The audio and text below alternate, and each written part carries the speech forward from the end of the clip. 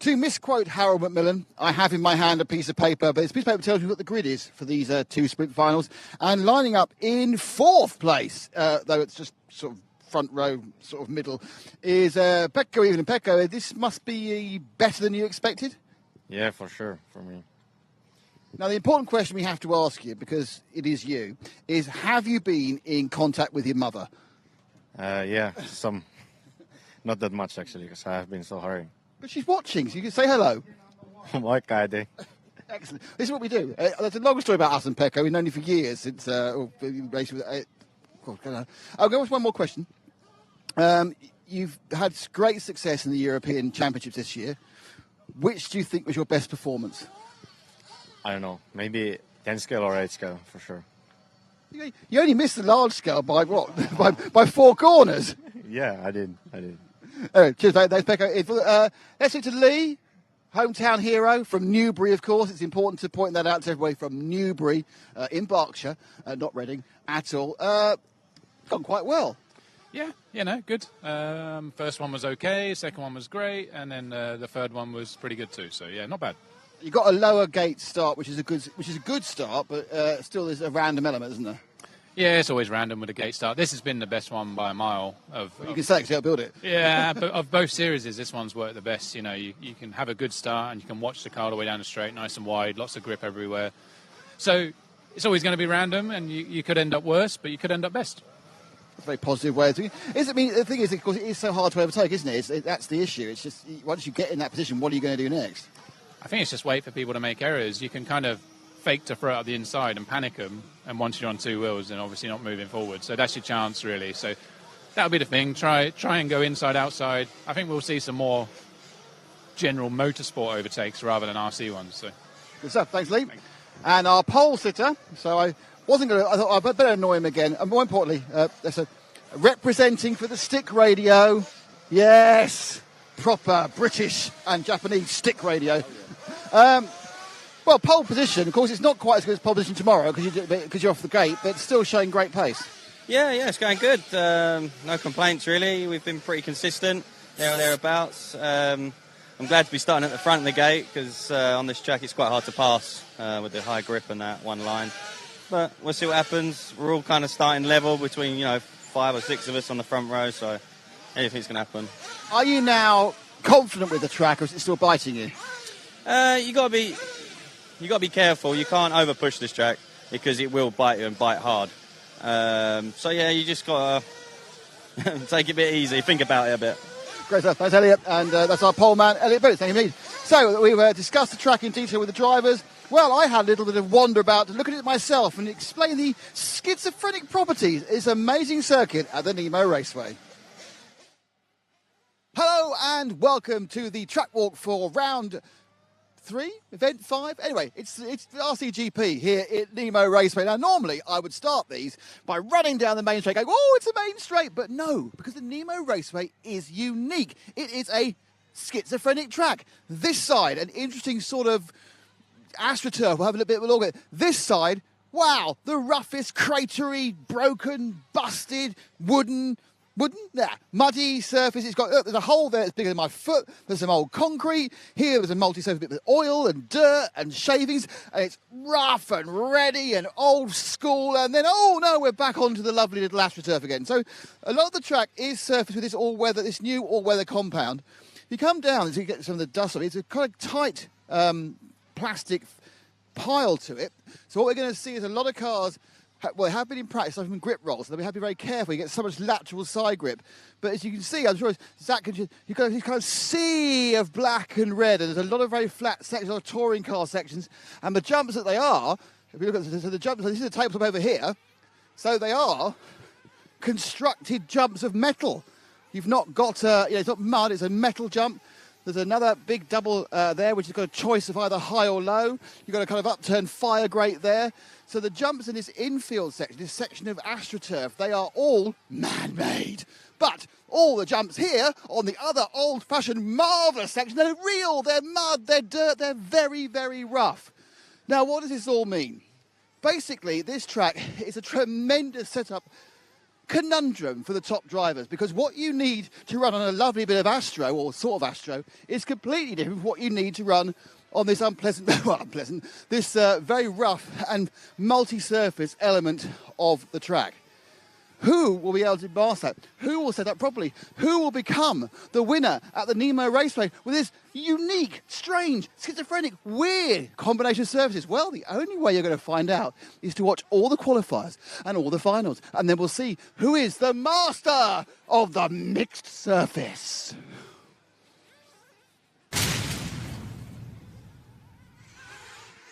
Well, understated as ever there, I think. I don't think I was. Very understated, not in any way dramatic whatsoever. Not at all. So we are just halfway through the warm-up, so I'll just run you the whole grid. We spoke about it briefly. It's, I say in pole, basically the first 6 are on the lower gate start. The next 6 on the upper gate start. You get a choice of the first person to choose where you are. It's Elliot Boots with his first choice, David Ongaro with his second choice, Juan Carlos Canas with third choice, Pekko Evenen in 4, Lee Martin in 5, Hampersberg in 6. And it's a big difference now because 7th onwards are on the upper level. Clement Boda, Dave Rotherfucker, don't forget, won one of the rounds, didn't he? Alex Anchetin, Tom Robert, I didn't actually know, he had problems that day, sorry. James Le Pavot and Brandon Rose. So Rotherfucker, once again, after the success of Rush yesterday, has decided to leave all of his gate start luck to one side. We shall see. We shall see. Elliot Boots definitely looking the cream of the crop today. And doing quite well. Oh, no, and it looks like Brandon Rose has broken his car. unfortunately. Where'd you see that? I heard it, and then I saw Mark Rumble just come by and pick it up.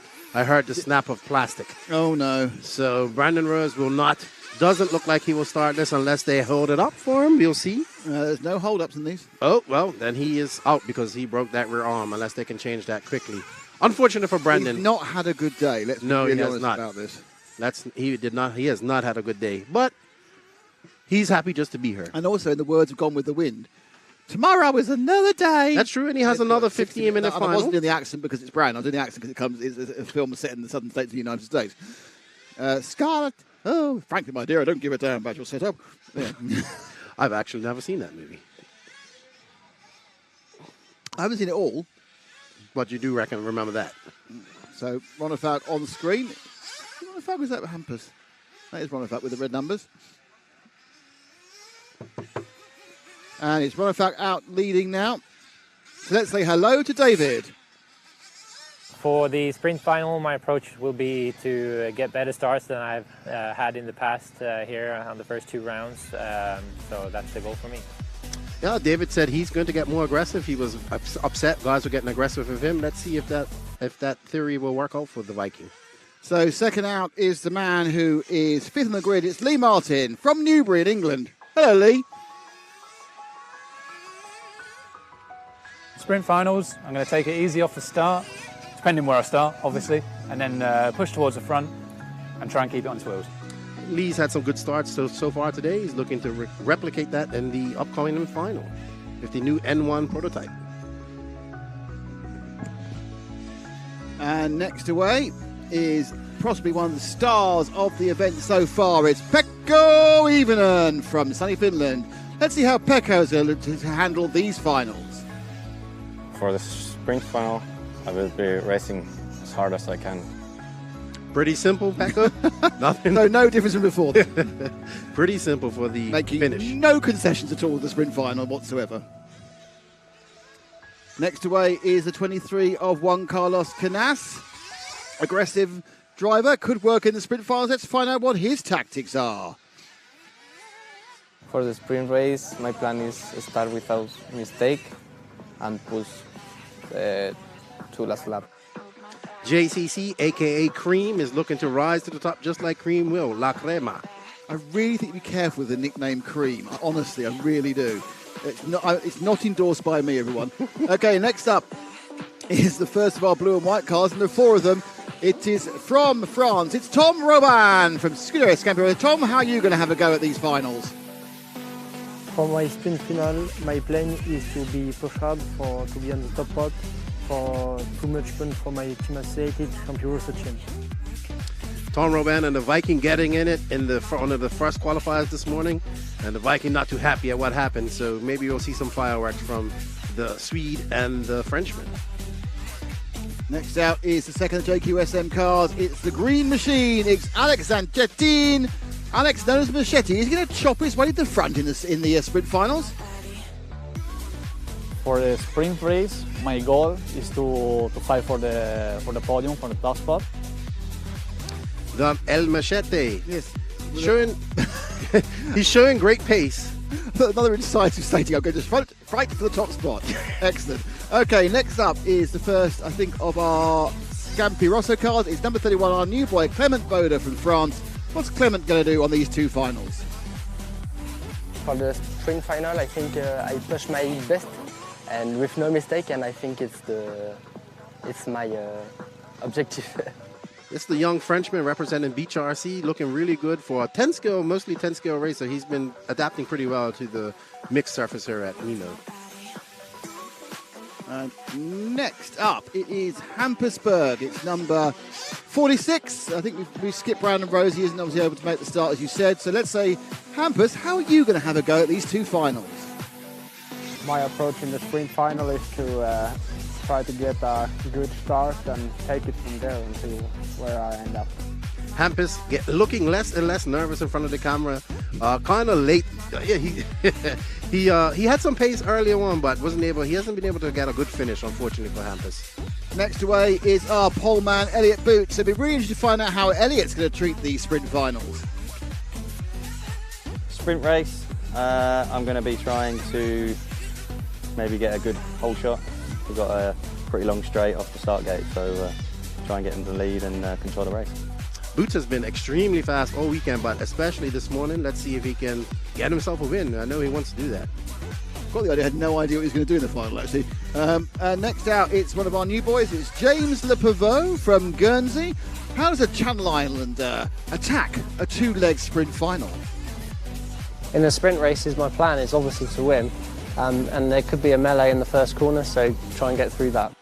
Good strategy. There definitely can be a melee in the corner. New word added to my vocabulary there. So thank you for that, Mr. Lepo.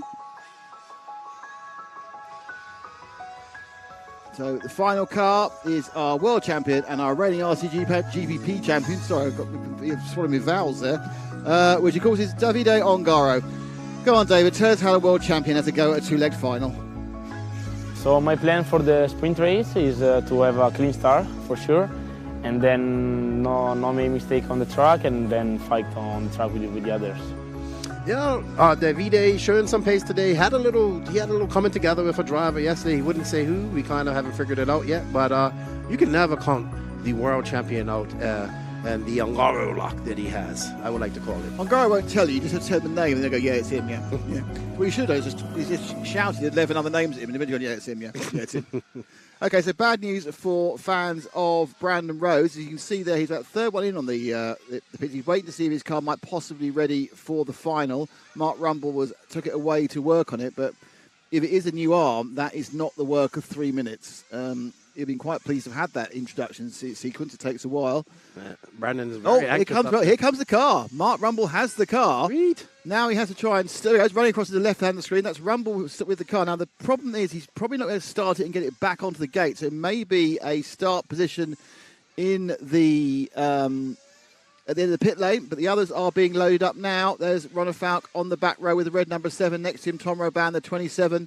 Our nearest car, I think, is Zanchettine. It is in the green Mayarko. And they are the two layers, one gap missing. And he made the start. Not sure of the Rose machine. He's got the Rose machine on there. Yep. Oh, brilliant. Fantastic stuff. Well done, Mark. That's going to get good you... hustle. You need to get yourself... They're off and their way. And two cars crashed back. I think obviously Ronald Falk crashed. And they fly over, and it's Ongaro in the lead from Ivanen. And then it's Canas from Boots. So it goes over. So it's... Ongaro, Ivanen, Canas, Boots, and then there's an action at the back. It's a lot of crashing on the bridge. One car's got completely stuck, which may even be Brandon Rose. We probably wonder why he even bothered. He's actually got himself wedged. Yes, it was. Brandon Rose dead last wedge on the bridge, so he don't even bother getting the car fixed. Okay, back at the front. We've got 13 minutes and 2 laps and a fuel stop involved in that. And Ivanen now is a little bit of a blocker to Canas. He wants to get on and get after the reigning world champion, of course, in David Ongaro. Of course, we tried to defend that in a few weeks. I don't think that Boots is going to be very chuffed with his start. He's now stuck in traffic, and traffic, be it the fast traffic of Canas and Even, is still traffic, and he isn't going to be able to get through. And what has happened, with a bit of clear air, you can already see that Ongaro is making hay while the sun shines and begin to stretch out a lead as the others will slightly trip themselves up. Now, there's a big gap between third... Oh, a mistake by Evening there. That's absolute manna from heaven. Oh, and you kind of felt that Boots was going to think about getting up the inside, didn't he? He didn't quite do it. So, as we complete the second lap, it's a 2.5-second lead for Ongaro from Canas, from Evening, from Boots. Yeah, and Ongaro's just running away with this at the moment, but that can change at any minute with a slight mistake on this high grip surface that's been catching a lot of these drivers out all weekend long. Just caught Boots out, but just made a bit of an error, I think, on the back of that one as well. So, it wasn't Boots, it was somebody else. Boots is Boots? No, he hasn't. They've got colourblind. They've bleached the colour out, and I looked over and I thought, oh, there's a white wheels in that car. They're not. They're the yellow wheels of one car's Canas. So even currently still in the podium positions, and despite Canas getting past him, he hasn't gapped him. However, the lead at the front now is 3.1 seconds. So Ongaro, his concept of getting in the lead and then seeing what happens, well, what he's currently seeing is he's winning. Yeah, but Pecco is hounding JCC right now, and he's over him like, I don't have a phrase for this at the moment, but he's looking pretty fast. Make one up. You can see where Pecco is a little bit faster than Juan Carlos Canas in a lot of parts of this track. Canas seems to get through these corners a little bit faster than Pecco. But super impressive, Pecco, this weekend. Very impressed with him. Yeah, I mean, he certainly laid down a marker.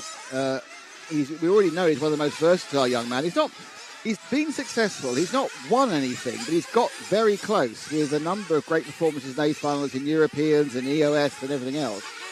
But the wins will come. But he's kind of catapulted himself up straight up to the top level.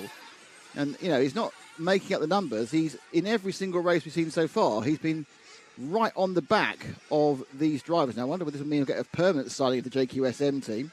Don't forget, it's the first time he's ever driven the Morocco chassis this weekend. Yes. He was unassociated prior to that, but his key sponsor is a hobby shop, so he's not limited to any particular... Oh, we got retirement. That is Brandon Rose. So Rose got into the race, and then some early problems. They probably decided it's just not worth carrying on going now. I mean, look and see what the problems are. So Rose is out. So Valiant's get the car in there, and now he's out. So the lead for Ongaro last time came down a few tenths.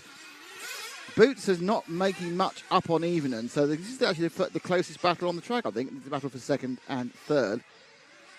Ronofak obviously is way down in seventh, though he is not far behind his teammate in sixth. But these two sweep round again. They go up onto the start of the low. You have to stay low there, because once you get up on the upper bank, it's rough as a unshaven tramp as far as its surface is concerned. So you can see that was all right, wasn't it?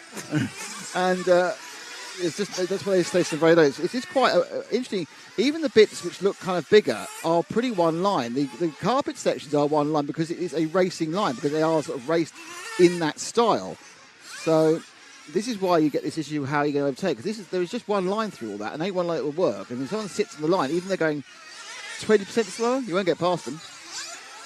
Looks like Canas has cut a tenth off the lead, his distance between him and Ongaro. He's looking to hunt him down. He's got 8 minutes and 25 seconds plus 2 laps to go. And a fuel stop, and he has taken a second 1.3 seconds out. He even made a small mistake at the first part of the old-fashioned rough mud surfaces. Went too wide and crawled up onto this surface and then had to come back down again. That cost you 2 or 3 tenths. So it's being gapped now, but people will start thinking about fuel. They've been running for 5 minutes now. So don't forget, it's 13 minutes plus 2 laps. So it's about 14 minutes. You need 14 and a half minutes of fuel, basically. And he's catching Ongaro a tenth at a time. Just on to 1.79, so he's getting there. Yeah, and fastest lap does belong to one Carlos Canas with 36.1. So Canas now putting on the pressure. And let's be honest, this isn't the last time, or even the first time. This is the most recent time we've seen these two battling out. And it won't be the last, with the Worlds coming up. So Canas that time round lost some time, just to prove us wrong. It was the fastest lap we've seen so far from Ongaro, not the fastest lap. Evening was quicker than Canas as well. They both turned 36.4. Canas on picture turned 36.7. We are now 6 minutes in, so I don't think they'll stop now, but from the next lap, we might see some stoppers. It's quite a big window. You've got 36 seconds a lap, so it's you've got a little bit less flexibility than some of the shorter tracks. It'd be interesting to see what type of fuel mileage that Canas is getting, because he was getting very poor fuel mileage at the Euros recently with that high grip surface. So let's see what he can do this. Yeah, it's a very good point, actually. But the only thing I would say about that is they've got about 14 degrees centigrade cooler. Very cool. And one of the advantages of when it runs cooler, you can effectively run the car a little bit leaner because you don't need the lubrication to keep it running. So you instantly get more fuel consumption, better fuel consumption as the temperature goes down. So now we're in a point where you would start thinking about stopping if you're going to divide it in 2 equal halves. And Ronafalk has gotten across Boots. Ongaro has not stopped. No one stops. They've all carried on going, and it's not stopping now. So they are running. So this is about 7 minutes. So next lap would be the halfway lap. Ivan has dropped off. You're absolutely right. Ronafalk now is in 4th. Good spot, lefty, but he's 4 seconds back. Now, a good pit stop against a poor pit stop can make you back 2 or 3 seconds, even without an error. So we should see a minor shuffle. The lead has stayed pretty static about 2 seconds. One of the good things about the longer shots is, that's not 2 seconds. So for nothing, that's not 2 seconds. Unless it's a lapped car, that's not 2 seconds. But there's cars pulling in for fuel left, right and centre. But yeah, first second much closer together. As the cars come in, you get the idea of the frenetic action in the pit lane there. And down and away goes the green-wheeled machine of Pekko Ivonen. But now we've got this is the first and second are right together. And my guess is they're going to come in the pit lane together as well. So, not quite sure what happened to Ongaro. I think he must have had a half bobble, mustn't he? Because he lost a second, but didn't know more than that. And my expectation is that both these cars will come down. Oh, that's a half second gone there for Knaus, just getting slightly wrong on the entrance of that corner. So that's not what he wants to see. And it's a very sharp entry, very sharp. There we go. Oh, look at this. This is fantastic. That is a pit stop close up and away for Ongaro. No gain in time at all for the S-Works team, but I know they lost any either. Let's look, they go round. The downside is that thrown straight into traffic was Ongaro, but I think he managed to sneak past both the 77. Yeah, so it was the 77 and the 27. So he's already passed the Pavot and the 77. Going past the 27 is top. Well, good drive by Tom about there. So when Knaus came out, he had 3 blue and white cars in front of him. It's like a wall of blue and white. But he did lose time. That was a great pit stop there, and you saw it close up from the team associated team. Obviously, basically, mostly Ongaro's dad. Yeah. The Beach RC and the Scuderia Scampi Rosso paint jobs are very similar. Very confusing when you can't see the colored wheels. But Knaus is looking to make up some time here and catch up his rival, because this is exactly who Ongaro is, his rival. You remember back in Italy, these two came to a few disagreements about rough driving, and they are not friends at this moment. So it should be. Can you ever be truly friends with your rivals is the question. Who knows? But I think there's a little bit of, as we know, there's a couple of races in Europe where there's a little bit of feeling they go too far, and Knaus is the second of those and not the worst. The other is somebody I personally think is a great guy, but he's a little bit over the top. So Knaus continues running in that second position, 2 seconds away. The action is... Can we drop back to the green car with the wing, with the aerial, please? Evening, because that's getting quite close, between third and fourth now. As there we are, that's Ronefalk now trying to make up for a dreadful start and get onto the podium in his first run. Remember, you get points for both the first and the second heat with 3 minutes and 2 laps to go. But it's at Evening and Ronefalk, and so you get points for both the second and the first heat. But the first heat is trumped by the second. So, for example, if they finish third and fourth, Evening third and Ronefalk fourth, but next time round it's Ronefalk third and Evening fourth, Ronefalk will get the position because he had the better score in the second heat. But however, that's rather not particularly important at the moment, because if you look at, oh dear, that was a tank slapper and a half for Ronefalk. Didn't even know where it began to go wrong, but carried on going wrong carried on going wrong. See, look, he gets he's got a wheelie, then he's got a slide, then he's got a jump, then he hops over. That basically, you know, when you're driving your car and you get a skid on it and you just manage to hold it, and your heart's going, oh. Yeah. Well, that's how he'd be inside the car. Oh, and even made a mistake. So even made a mistake. So Ronefalk moves into third. So Evening out of the podium, not quite sure what happened. He came in too low. So he came in too low and then back and over the... Because you have to stay too tight. You get slightly wrong, go too low, up and out and over the rumble strip, as we call it, the hose pipe. Okay, so the interest now moves back to our leader. Where is young Mr. Ongaro? So Ongaro now is just turning. He's about to go onto the tabletop. There's Ongaro over the tabletop, and behind him Knaus. You can see both of them in freight mode. That's first and second. Minute and 30 and 2 laps to go. Knaus has made some headway in the last couple of laps, but that some headway is about 0.3 of a second. And with a 1.8 second deficit, Davide, it really is just impossible to count Davide out at an RCGP round. I mean, you said yourself he was out of sorts yesterday. He was, but if he gets a lead like this, it's very rare that he gives it up. You cannot let Davide get away. You cannot, or any of these guys, to be honest, but especially him. Cannot let him get away like this. I'll tell you who's going to be disappointed in this race. That's Booth. Yes, he's down in 6th, and it's just not worked. He was in a class of his own in the final qualifier. Now, whether it's the same thing as last time, when the temperature comes up, something goes wrong with the car. But that's not worked. I mean, he was in third, and it wasn't great, but he was a chance to run through, but dropped back to 6th. Now, Canas is getting nearer and absolutely throwing it. Oh, he was getting nearer. Is that Ronnefout? Yes, it is. Wow, so Ronnefout really is back to second and third. So Ronnefout now is absolutely throwing it down. Look at that, Ronnefout all over him. Now we're down to 13 seconds. No, it wasn't Ronnefout. We got ourselves overexcited by a lap car. Luckily, our cameramen are more clever than what we are and knew that wasn't the case. So I'm going to give Ronnefout another corner, and we need to go back to Ongaro's on the main straight. Sorry about that, guys. We got overexcited by a lap car. So we'll pick up back to Ongaro again. Great stuff. And he's coming, turning right now, about to go over the big tabletop. And he's pulled out a lead, isn't he? So that Canas, he looked a bit wild around, had to turn around twice around the top corner when he had 0.8 of a second deficit, now 2.3, so that's a second and a half error last time round. But that's what happens when you're really, really pushing.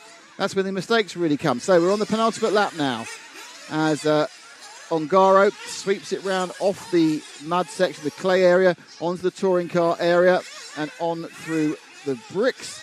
Powers it down the straight. Slides it, flies it. Anything you want to say, but it's looks so easy when he's on form. As Canas makes another mistake behind him, just looks so easy. This is a very difficult track, and I think he's made one very minor bobble mistake in the entire 13 minutes of the pit stop when he lost about a second, and the rest of it, I've got no idea if he's actually going as fast as he needs to, as he can do, or just as fast as he needs to. And he's compensated for the problems that come. He's got a couple of corners to go. Easy peasy, David Ongaro. Fantastic result. Brilliant drive by Davide. Second is Juan Carlos Canas. Ronnefout, if he gets third, because he's coming across now, is very, very lazy waving from Bow. I want much more in there. Is third, and then it's Lee Martin, Pekka Evening, and I will leave young Mr. Lefty to tell you the rest of the results. Yeah, great win for Ongaro. He took the lead from the beginning and never looked back. We've seen him do that many times. He's found something here at the Nemo Raceway. Very impressive drive from the young Italian. Going to show on why he is the RCGP champion as well as the current world champion. Canas tried to mount a charge but just couldn't get to him and made some mistakes. And Ronnefout having to battle his way all the way from the back for a third place finish. Lee Martin in fourth. Pekko Ivanen, who held third for a very long time, made a mistake under pressure from David Ronnefout and ends up in fifth. Alex Zankatine in sixth. Hampusberg in seventh. Clement Boda of Beach RC in eighth. Tom Robin in ninth. James Lepavot in 10th. Elliot Boots 11th. And Brandon Rose in 12th. Unfortunate for Brandon Rose, he wasn't able to start on time and broke his car and just wasn't right after that. So Brandon Rose having a rough weekend this weekend, but hopefully he can put it all together and get it ready for the next main as well as tomorrow. So we're waiting for Nick to get ready and get some of these drivers. I can see him over there corralling the drivers to come in and get their interviews. He's sitting and waiting. We got Frank over there corralling the drivers to get interviews as well. That was the first of our roughly 15-minute final. We have the RC2 Junior Final coming up next. In approximately 5 minutes, we have the RC2 Junior Final, and that will be 15 minutes as well, 13 minutes plus 2 laps. And now we're going to go over to Nick to talk to the top three. With our winner, David Ongaro. David, well, you got a clear start, and that was it, really, wasn't it? Yeah, I mean, I think the number 2 spot on the gate is maybe easy to go straight, yeah. But yeah, happy about the final. I mean, I got the impression you weren't really pushing at any point. It seemed like you were really within yourself the whole time. The car looked lovely on the track. I mean, yeah, I try to not push and try to not make mistake because it's easy to do mistake here. Like I said yesterday, it's not easy this track, especially with this high grip. But yeah, really happy and looking for the second one. For sure will be not easy because the other are so fast. But we cross fingers for the next one. Thanks, David. And second place was Juan Carlos Canas. Juan Carlos, you seem to have all the speed, but too many little mistakes. Yeah, then I have 2 mistakes there because I want to push to catch him. But I lose 1 second on the pit lane because I enter on the entry zone and the other guys cut the tube. So for the next one, the top will be, I don't know, chain for all the same. So just when people come in, the pit lane entry was wrong, do you think, then? I enter in the good and the others cut the orange tube, so save 1 second, the others. But the next one will be okay for all. They change the tube, I think. Yes, they will, yeah. Now they've seen you do it. So do you think, will you make any changes or will the car be the same? No, I think the car is good. Maybe for the next one it's a little bit cold, so will be easier for my car. Yeah. Great stuff. Thank you, Juan Carlos. Juan Carlos going to change second in there. Our third place man, Dave Runafalco, has disappeared, so we'll get him before the next leg. So that's it for the leg 1 of the RCGP round 5 final. Don't forget leg 2, the trumping leg. Oh, you got David, have you? Oh, hang on, hold on, we've got David. I'm just winding up there. Here he comes. Even jogging, he's desperate to talk to me. He's desperate to talk. Well, David, terrible start, great recovery. Yeah, I don't know if he's making it on purpose, but it was Tom again just turning right into the side of me on the start and dead last. It's really frustrating. Feels like he's making it on purpose, because it's like every heat it seems like that I'm close to him, he's doing it. Are you too close on the gate as well, though? Yeah, he was next to me on the gate, and right off the gate he just turns right into me. So I don't know if his car went sideways, but it's every run so far today that I've been in contact with him. So I think I don't know if it's there, but it feels like he's making it on purpose.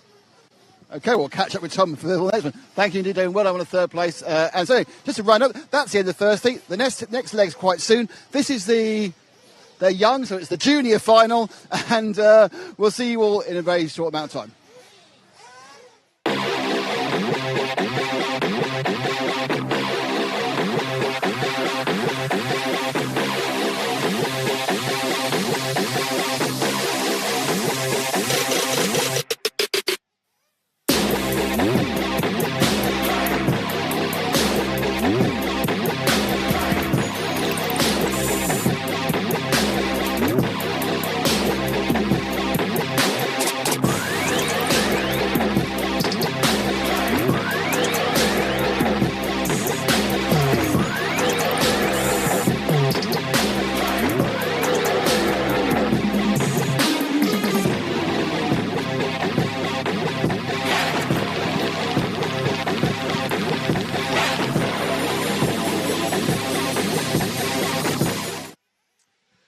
And welcome back as we're getting ready for the RC2 Junior Final. And as we can see, the fireworks continues between Tom Robin and the Viking David Runafalk. He's not happy with the starts that he's getting, so we have some rivalry brewing there between the Swede and the Frenchman. And Tom Robin obviously being the teammate of probably the biggest challenge for David Runafalk here, being Davide Angaro and the Scuderia Scampi Rosso team associated team. So let's see how this goes. He says he's kind of pulling into him off the start. I did see that happening yesterday as well on the cars on the lower part of the gate. I don't know if it's the traction from the surface that's making it do that, but I did see that happen a few times. But Runafalk not happy with what's going on at the start, but good comeback for him and a great win for Angaro. As we see the proud dads on there, we got Mark Rumble and the Nemo crew out there working feverishly to do some track repairs. I can't say enough good things about John Hazelwood and his crew here. They've treated us really good since we've got here. They've been busy. I haven't seen him sit down since I got here. This man has been working, and he takes a lot of pride in what he's doing here up in Bishop's Itcheting, UK. So getting these guys ready. This is a 13-minute race plus 2 laps, so they get 3-minute warm-up. Thomas Musso is a junior. He was a junior in Italy, so I need to find out how old Musso is, to be honest. But he'll be racing this. He gets a 15-minute final, gets some practice. Kevin Brunson will be in the 40-plus final coming up later on. Directly after this, and it will be in 20 minutes' time, roughly. So this should be an exciting race. I think Musso will win this. But let's look what the youngsters like Cook, Graham, Likey, and Sartell can do. This is really good to see. We have two brothers in her. It looks like they like it. Holger and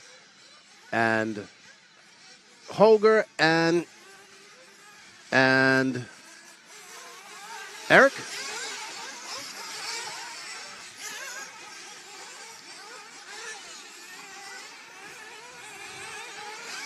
Oh, that was a full send. I was watching one of these young drivers fully sending it over the ski jump. He needs not to send it and needs to get this race. This is just warm up. No need to send it.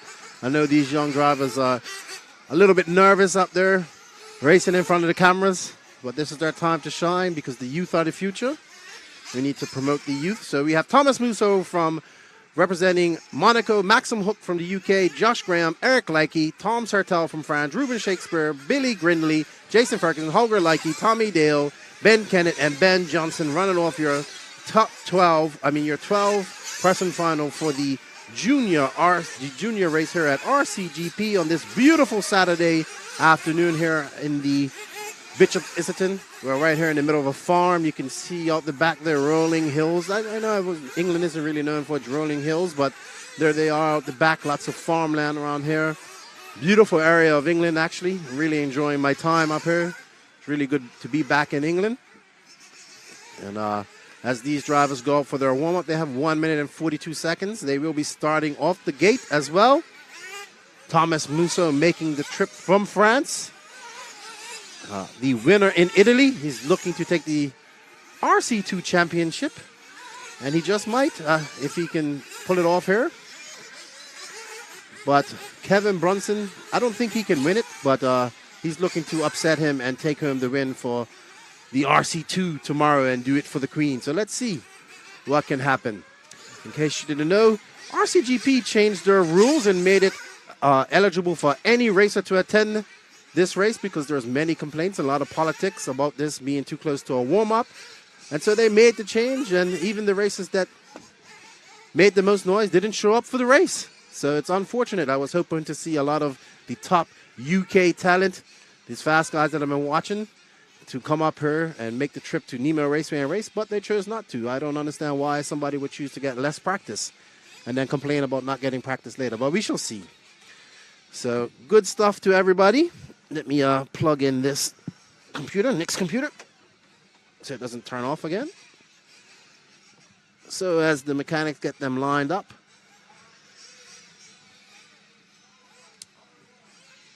let's see how our chat's going, if we have anybody in here.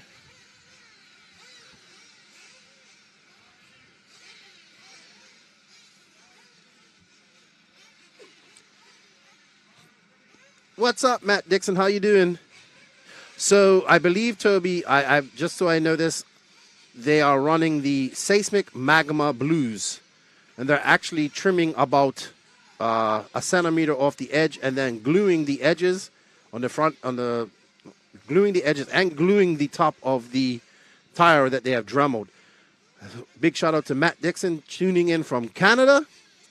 And yes, Toby, Pekka's car has been looking good all week. Jakey is very, very pleased about that.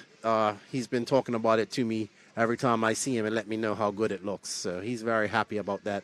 Like a proud father looking at his young Padawan, or in this case, the Sith Lord that is JQ, looking at his new proud Darth apprentice that is Pekka. We're getting to start. We're going. And they're off. And oh, what a bad accident there at the corner. And it looks like, let's see who it is in the lead when they come across, but this is close. It looks like Maxim Cook is out to an early lead here, with Thomas Musso right behind him, both driving HB cars here, by the way. And Maxim was the winner of this entry through the NNRC podcast. Thank you to Adam Reevy. He actually won that, and he wasn't able to make this, so he asked that Maxim could have it, and him and his father made it up here. He was struggling at the beginning, but Maxim has found some speed as he leads off, and he's in first with Thomas Musso hot on his heels, followed by Billy Grindley, Josh Graham, Jason Ferguson, and Ben Kennett. Maxim probably nervous out there leading. Thomas Musso has been fast all weekend, but the young Maxim is looking really sharp out there for now. But Thomas Musso has the experience. The Frenchman representing Monaco, looking to win his second junior RCGP junior final here. Stalking young Maxim. As you can see, Maxim on the throttle. He's looking very good, the young man from the UK here. Nice young man, him and his dad here. Happy to be here. They were happy to get the entry fee to get her, so he's making the best of it. It'd be good if he wins this. I like to see the young lad win this as well. With 11 minutes and 20 seconds to go, hopefully he can keep it on all fours and make it a race between him and Musso. Billy Grindley is behind, 4 seconds behind them, but Thomas Musso is cutting the lead on his 0.6 seconds left, and he's catching young Maxim up really fast here. But he must be nervous, the young man from the UK, to have a talent like the Frenchman Thomas Musso right on him, hot on his heels. And but Maxim's handling with calm, driving very smart, driving with the pace of a much older, mature driver in the lead. So it's very good to see the young man out there putting up a fight against the slightly older and faster Thomas Musso. More experienced, I would say. And these guys' cars look exactly the same out there, except Maxim's cars have got a little bit more jacking going on there. A little more, as you can see, as the back wheel, one of the rear wheels lift up as they go around this tight and high traction surface. But he's still holding him off. But Thomas Musso maintains a 0.6 lead, and he's stalking him, and he's probably just waiting for the young teammate of his, because he is an HP driver, to make a mistake. And putting the pressure on like a pressure cooker, tenderizing 10-week-old steak. And he gets by him, or does Maxim let him by? Maxim goes wide and lets Musso come through. Oh no, sorry. That was lap traffic. I wasn't paying attention. So Maxim Cook is still in the lead, and they are battling out here. Maxim driving a great first half of this race. He's got 9 minutes and 28 seconds plus 2 laps to go. He's holding off Musso. He'd be happy about this. Great practice for these young guys coming up tomorrow. I believe both of them are in the semifinals, and there Musso gets him with a mistake. Young Maxim just went a little wide there and left the door open, and Musso shot it, and some lap traffic gets in the way for those guys, but they get past it, and a marshal is clear, and Musso makes a rear mistake, and he's off. But young Maxim is right behind him. He's not going to make it easy for the man from France who's representing Monaco. In second, looks like Josh Graham has moved up, but he's 11 seconds behind these guys. The race right here is for first and second between these two. Make no mistake, these guys are flying. Looks like they have some lap traffic. He lets by. Great racing by that driver. Let the faster drivers, well, they are racing for position. But it looks like Musso is starting to put off a slight lead. Oh, and Maxim makes a mistake. Oh, poor Maxim. He will maintain his second position, but he's now 4.5 seconds behind Musso. That will give Musso the cushion he needs to be victorious. 8 minutes done. 8 minutes left, and 3 and 2 laps to go. Can Maxim make up some time and some pits to catch the young Frenchman? He's looking quite good, but he's made some mistakes, and that's just, being a young racer, you're going to make those mistakes when you're trying to push. And Musso, being the more experienced racer, racing for a much longer time, knows when to push, knows when to not. But now he's just looks like he's going to run away with this, but we shall see. We have 7 minutes, 40 seconds, plus 3 laps to go. So let's see how things work out for young Maxim. Maybe we can drop back to car number 4. There looks to be a good battle going on between the young driver Likey and the young cousin of Jerome Sartell, Tom Sartell, driving a Mugen.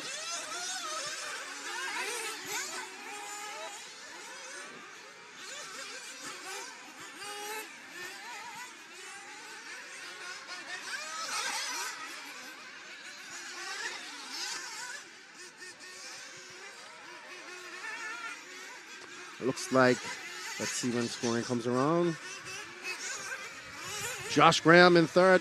Following Josh Graham, let's drop back to, this 2 right here, I believe. Let's watch this. If I'm correct, this looks like it's Likey and Sartell. Maybe it might be Sartell in front. I can't see his number. Let's see.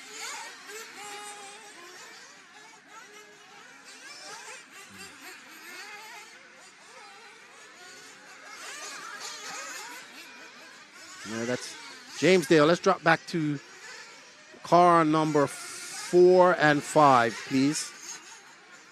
We'll find car number 5.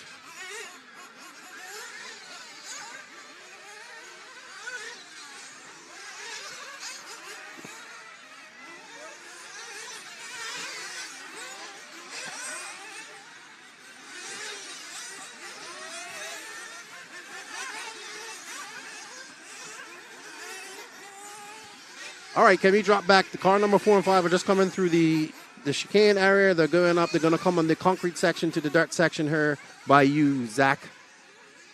Ash, sorry.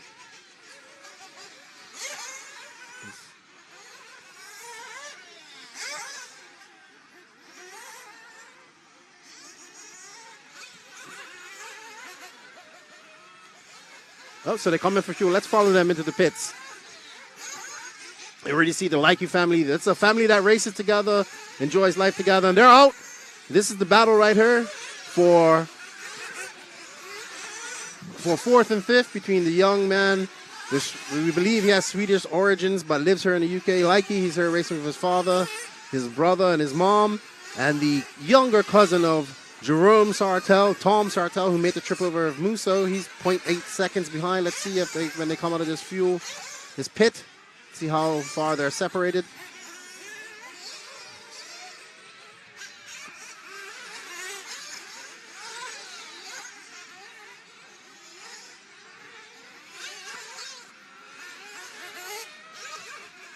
Yeah, it looks like he has pulled out a big lead over Tom Sartell.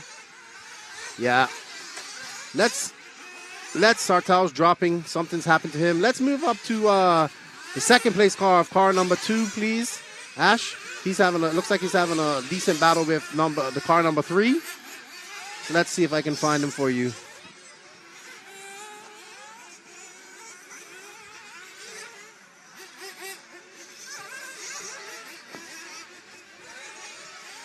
There's Maxim right there. So let's drop back to these 2 cars coming around on the concrete over by me. Ash, coming up over the tabletop, please. There we go, the orange and red car, number 2. And then just drop back so you can catch that blue and pink car with the clear wing just behind him. That's for a position right there. Yes, no, not that one. The one ahead. There we go. So that's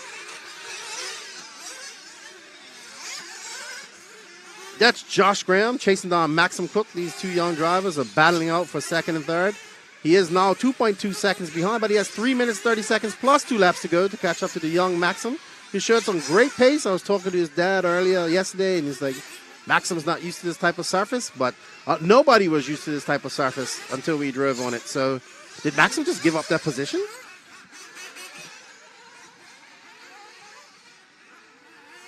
The young Josh Graham out there driving an X-Ray. It's looking really good out there. Running the iconic, I think the only people running the Lexan wing are the X-Ray drivers.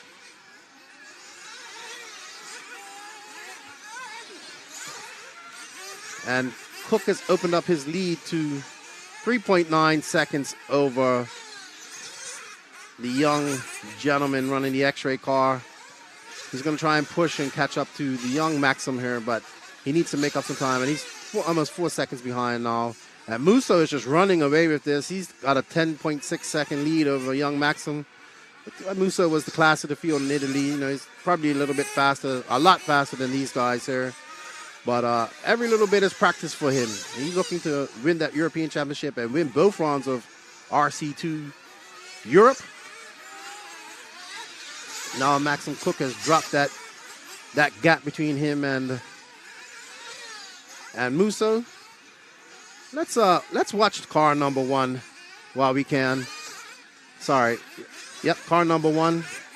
I'll find him for you. He's going to go on the straightaway pretty soon. There is going up around the bricks now, Ash. Car number 1 of Musso. That's him.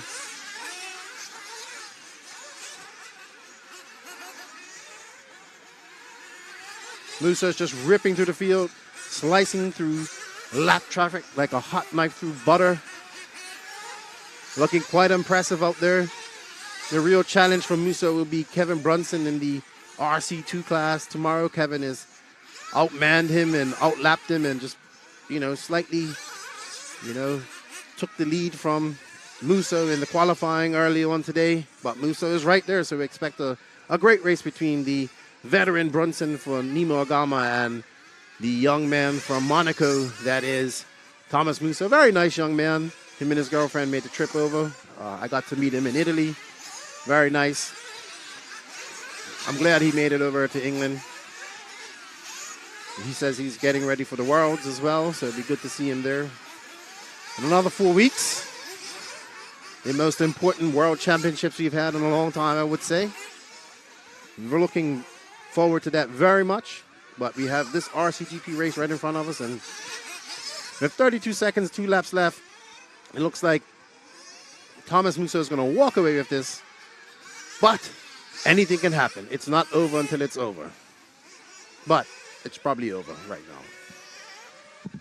But valiant effort by the young Maxim for hurling off Musso for such great time.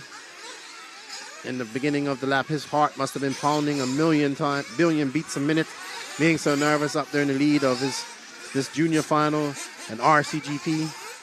We'll definitely go over and congratulate him for some good driving. And we're done here. It's good to see these young drivers doing well here. RCGP gives them a stage to perform on a level and be seen around the world and put on their showcase of their skills and talents, because the youth are the future. Thomas Musso makes a slight mistake there. It's kind of board slides that pipe like a skateboarder. 50-50 grind almost, and is able to pull it off.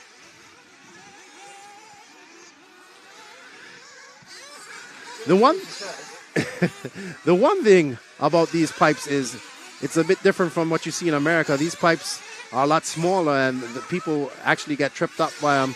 A lot of the pipes you see in America, especially the corrugated pipes that they use, similar to this, but a much wider dimension.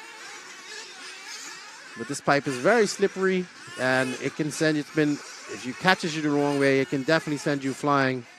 And Thomas Musso on his last lap for a comfortable lead, 15-second lead over young Maxim Cook. But valiant effort by the young man in the beginning of the race. As Musso comes up on some lap traffic, and my favorite car here that was off, the bright orange Agama. Ooh, lap traffic almost cost Musso the race. And there we go. Thomas Musso wins the RCGP Junior Final UK. That's his second Junior Final that he's won. Can he make it 2 RC2 final wins tomorrow in the 45-minute final? Or will Kevin Brunson...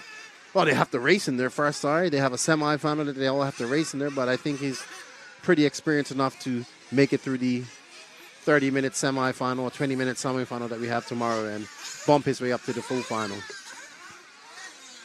Great job, Thomas Musso. Great job to Maxim Cook, Josh Graham, and Eric Leike. Expect to see some great racing from these young racers tomorrow in RC2 as well. Remember that the youth are the future. I believe the children are our future. I do remember that. Da-da-da, and make them something else. Give them a cent. I'll read our copyright now, but we'll get a copyright strike, such as the quality of my singing. Thomas Musso. All right. Laugh. But it's true, though, in fairness. Thomas Musso, Maxim Cook, Josh Graham, Eric Leike, Billy Grundy, Ruben Shakespeare, Tommy Dale, Holger Leike, Jason Ferguson, Ben Johnson, Ben Kennett, and Tom Sartell. Tom Sartell falling out early, unfortunate. He had some incredible pace. Nick's going to get back to singing as we see. No, you put me off. The way you laugh, I found it cruel. Cruel and just unnatural. Unnatural cruelty. I just don't know what to say. So sad. What's this thing here? Oh, I see. Musso out there talking to Hazelwood as we see Lee Martin's out there fixing a hole. Fixing a hole when the rain came in and the anyway. So the main senior plus 40 final, we have the runners and riders for that. It is Kevin Brunsden, Chris Lovell, Rob Cockcroft, Anthony Williams, Michael Shawley, Andrew Rennick, Neil Don't, Barclay Abernathy, Leon Morrell, long way down, Chris Willits, Johnny Stroud, and Darren Moon. So there's 12 senior members of this parish. Kevin Brunson looking the fastest in RC2 all day, and yesterday as well. Yeah, I get the impression that this could be a relatively likely victory. But many a slip, as they say. Twixt cup and lip is actually how it goes. Many a slip, twixt cup and lip. Twist, cup, and lip. Cup and lip. Twixt is an old English word for between. Oh. Between the cup and the lip. So it means you spill your tea sometimes, even they don't mean to. Well, that's for sure. I don't know whether it's changing a linguistic educational lesson, but I'm going to keep on going. I think I feel different being in my own country. I feel, oh, yes, darling, I can talk about all sorts of things, like afternoon tea or afternoon breakfast. Oh, right. We haven't had any. I haven't had any tea since I've been here. Well, you failed miserably. Used to my 4 o'clock tea. What, no, Orange Crush and you biscuits. mean tea? I remember when I was doing firefighter training in Teesside, no matter what we was doing at 4 o'clock, we'd stop for tea. No matter what training we was doing. It was mandatory.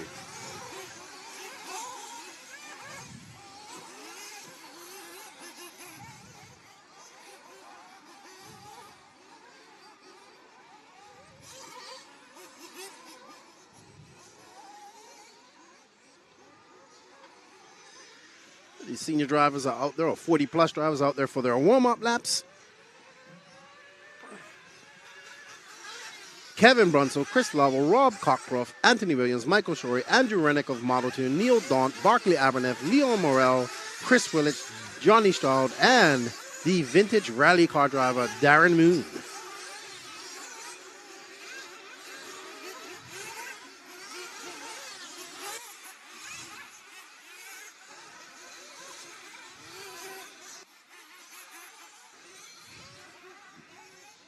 Real quick, take some time to shout out to our awesome sponsors and manufacturers that support the RCGP. They are Nemo Racing, Team Associated Scuderia Scampi Rosso, S-Works, Mayako, JQSM, Invisible Speed, Beach RC, Circus RC, Everlaps, Mal Graphics, RC Racing TV, Control, and myself, the NNRC.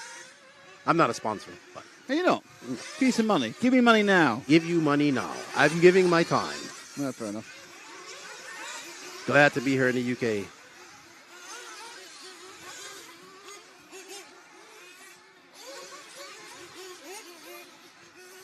One minute left in the warm-up. They'll come into the pits. The mechanics will take them over to the starting gate.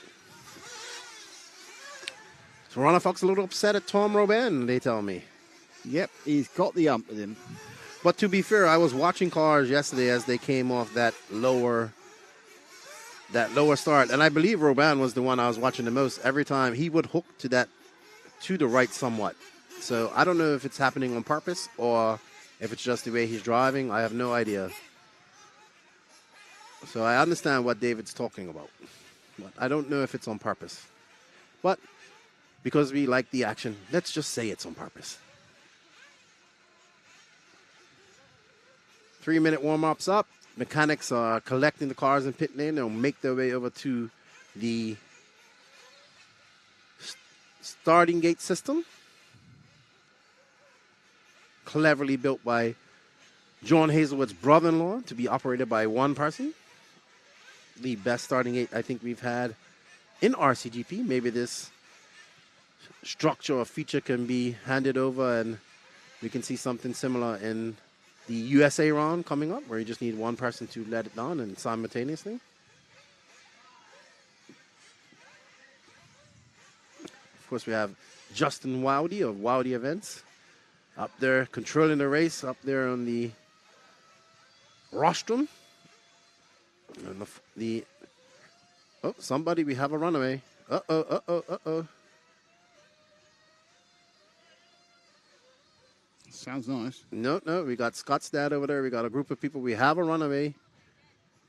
And that is the car of, I don't know. Let's see.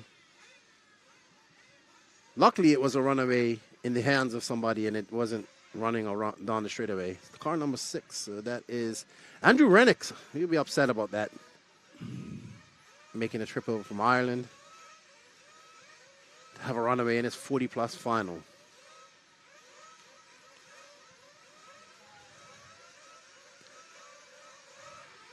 And we're away. And straight into the lead goes car 4. There's all sorts of cars. 1, 2, 3, 4. Well, I think car 4 is doing well, but actually, interestingly, someone's just lobbed a car right over the track at 4 other cars. Fantastic carnage. But into the lead has got stayed car 4, then 3, then 10, then 7. Someone's upside down, maybe 4. So, wow, that was going on. There was one point where 6 cars were upside down. And the big winner of that all looks to be Rob Cockcroft. He comes out in the lead. Really? Yes. Lemon heck. So Cockcroft in the 3 takes the lead. Will he be able to hold on to it? I know Rob's heart's beating like a cheetah's pace chasing down its prey. See there, excellent, well done. You like that one? It wasn't. I like it was started well. It just eased off a little bit. Right, but you made me nervous. He's not chasing you, but it was good. I mean, I like that. I reckon they do beat very fast. That's good. I'm going to give that a 6. Okay, I'll take that. I'll get better. No, it was good, but he just kind of died at the end when he lost confidence. Rob is out there. He's looking good. He's got a 4.1 second lead over Daunt. Let's see if Daunt can chase him down. Drop back to second and third, Ash, because I think that's probably going to end up being Kevin Brunson. It may even be Brunson second by now. Yep. So that's the second place man. Let's go with him, because that's going to be Kevin. And it's how many laps will it take Kevin to get past Rob? I don't know. I'll give it 2. 1.5. I think 3. Really? Yeah, I'm confident in Robert. 3 big laps.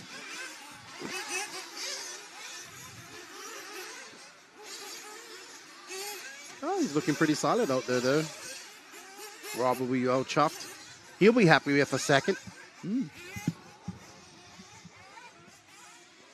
But, as you can see, Brunson is slowly stalking him down.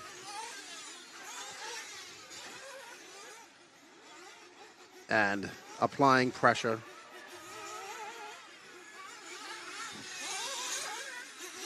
And looking for the pass. Let's see where it comes. Because it's about to happen. But Rob doing some great defensive driving by Rob there. Keeping his cool. Holding his line. Shutting the door.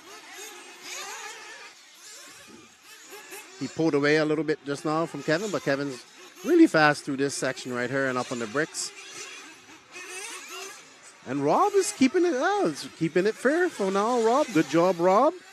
Immense pressure of Brunson behind him. Let's see, we have the Mayako versus the Agama. Brunson makes a mistake over the tabletop. The thing about Rob, and just as I say that, Rob makes his fatal mistake. And it is a fatality for Rob, and he will drop down to second, hopefully. And that's it. And Brunson makes a mistake as well. And Rob's right behind him, so we have a race still, people.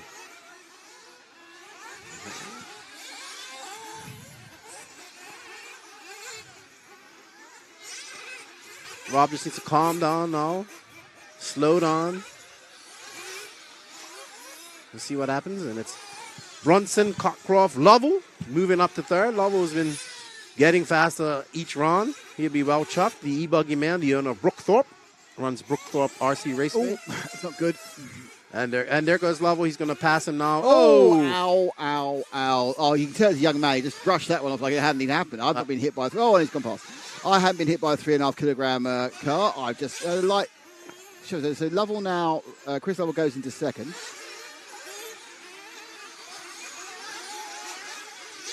He's a long way behind Brunson, isn't he? Yeah, Brunson's kind of just walking. He's out there for a walk in the park. Last time round, he was 9 seconds faster than Cockcroft. Yeah. And Lovell has a great save as he make. Believe it or not, we have seen immense and spectacular crashes on that straightaway since yesterday. And he almost rips up and catches Chris, but he saves it. But that allows Rob to just close the gap. Let's see if Rob can go through this chicane area and keep the pressure on his good friend Chris Lovell. Lots of banter going on in the pits between those two. Good driving for Rob. If he keeps it calm, he can chase down Chris.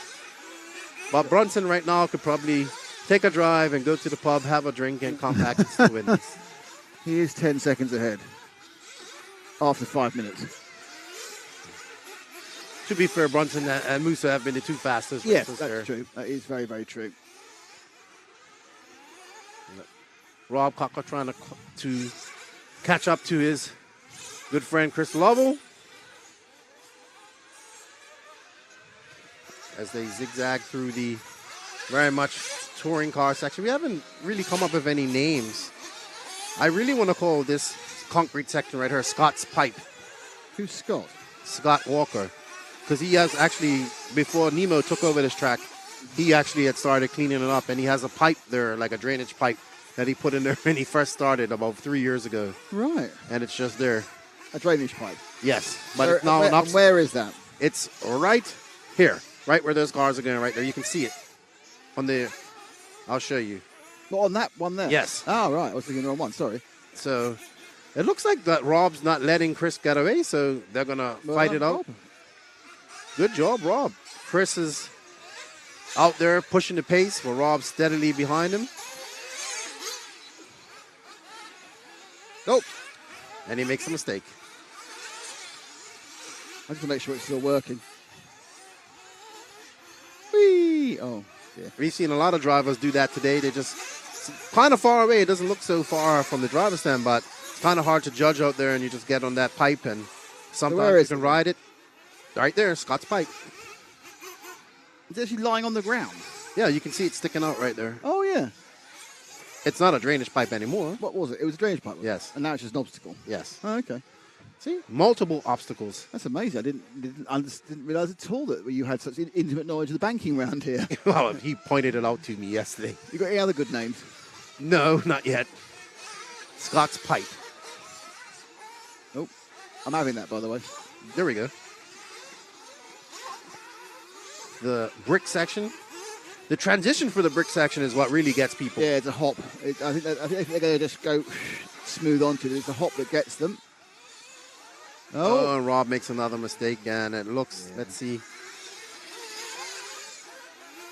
All looking fine, and we've seen that about 50 times, just coming, because they want to stay so tight to that left-hander. They just go too tight, and the net effect is that they end up just crossing the edge of the pipe, and that turns the little car over. Well, looks like Leo Morales made a climb up into fourth, but he's 27 seconds behind Cockcroft. He's very much best of the rest. 5 minutes and 9 seconds to go. Brunson's out there for a Sunday drive, driving Miss Daisy. They should do some fueling soon, shouldn't they? There we go. There we are. See, look. I said they should do some fueling soon. What do they do? Fueling. Up, gun, bang, down. Very calm. There we are. Car 3, Robert Cockcroft gets himself a lovely new slug of nitro fuel. Just 16%, of course. No more allowed in the EU anymore. Well, is it 16% here? Yeah. Apart from the world where it'd be 25. It's illegal to anything else. Actually, it's the UK, I don't know, but I think we've had the same rules. So 16%, and it will be 25, and they have to be, I think we've seen the world's got like a dispensation. So you have to sign it all in and sign it all out, this 25%. Really? Wasn't that long ago? You could buy 40 over the counter, so, you know. And it's such a silly rule, why it was made. Because nitromethane is a banned substance, but, yeah, whatever. Not banned substance, controlled substance. Doesn't make any sense. So a lot of things don't make any sense. I think we should drop back and we watch Rob for a bit. Let's watch the all-white car of Chris Lovell. He's in second. He's coming up just went over the fire drain. He's coming through the chicane action. It's not a fire drain. It's a fire screen. Fire grate. Yeah, fire grate. Anyway, where is he? You got the all-white car, do you? The all-white car coming towards you now, Ash. See? Look at that. Oh. I'm just... Oh, Curse dear. of the camera. Let's see what happened. Let's go again. Gone replay crazy now, haven't I? All the mistakes are the same. Getting up on that pipe and just grinding it out. The only thing I'll say is that was actually the perfect 5 second. It's the first time I've done it. I got the 5 second section perfectly. Yes, Nick Normally had I've got it wrong, too early or too late every single time so far. That one I thought was a perfectly framed piece of. Oh, upside down, couldn't see it. And Kevin Brunsden now leading by half a minute. He is going to lap the entire field. Like I said, he could go to the pub and have a drink and come back. But it's a bit rude, but you could do. And that's rude. It's just he is, him and Musa are just a bit, heads and shoulders. So no offense to these guys, but no, I'm not taking any offense on their behalf. Chris Lovell will be happy with a second if he can bring it off. I know he was telling me when I was pitting him yesterday, he's like, I do nitro. I was helping him tune his engine, tune his brakes a little bit. And he's an e-buggy guy, predominantly.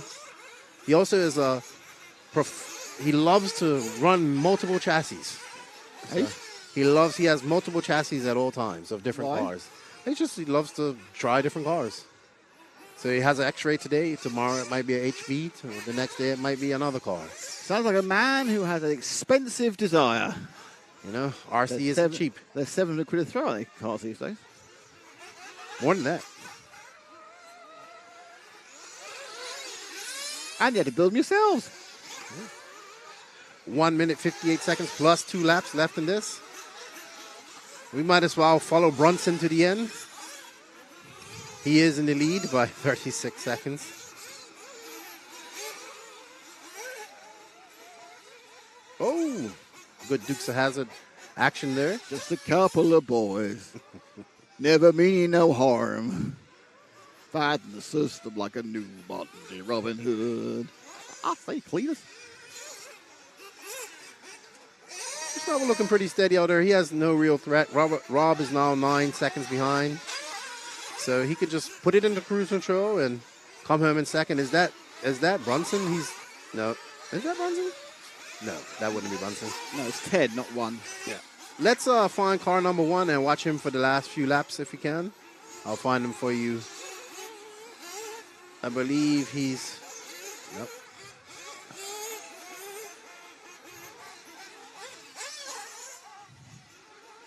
I believe he's coming up by you now, Ash. Car number 1, White Wing. It's our leader. Kevin Brunson, having a good time here. I was talking to him earlier. Oh, and the commentator cursed, but it doesn't matter when you have a 33-second lead. Brunson's been looking comfortable out there since he got here. That experience, many years of racing 8 scale, probably raced on every surface you can imagine. You can see just the way he's driving is very smooth, very calculated. Smooth, arcing corners. Nothing too jerky. Exactly how you have to drive this type of surface. You cannot be overly aggressive because it will bite you in the behind. Well, I don't want that to happen. That sounds painful. 2 laps to go. Let's see if we can find our leader. Car number 1, Kevin Brunson. Where is he? Do you know? Yeah, we're following him now. Are we? Yep. When did that happen? About a minute ago. Oh, I was 2 to go. That'll teach me where to look down. I think I need a damn slap on my wrist for that. Schmack. Everyone's going, why are you already on him, you fool? So about to start his last lap of what has been a pretty impressive... Oh, that's the man he's got to lap, isn't it? That's the whole field lapped. There we go. And Brunsden completes it on the penultimate lap. Gets a lap ahead of everybody. And we'll be taking home the big plus 40 prize. Not sure what the big plus 40 prize is, but he'll be taking home whatever it is. I think Chris Lover and Rob will be happy if they can finish second and third. They'll be well chuffed with that. Well chuffed, mate. Brunson getting a little squirrely. This is his last lap. Mal, the flag man. It must be hot because something's up because Mao has less cigar smoking from Mao. Less wavy as well. I mean, in Italy, we did not see a time that he did not have a cigar in his mouth. But, Congratulations to Kevin Brunson, bringing home the win for Nemo Agama. Impressive, lapping the entire field. Chris Lovell coming in second. He'd be happy with that. Rob Cockruff coming in third. Leon Morel coming out of retirement to finish fourth. Blakeney Aberneth making the trip from Ireland will finish fifth. Neil Daunt will finish sixth.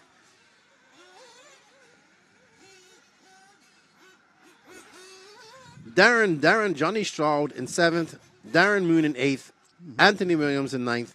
Chris Willits in let's see. And looks like, unfortunately, Andrew Rennick, Chris Willits, and Michael Shorey will not finish as we get ready for the last race of the day.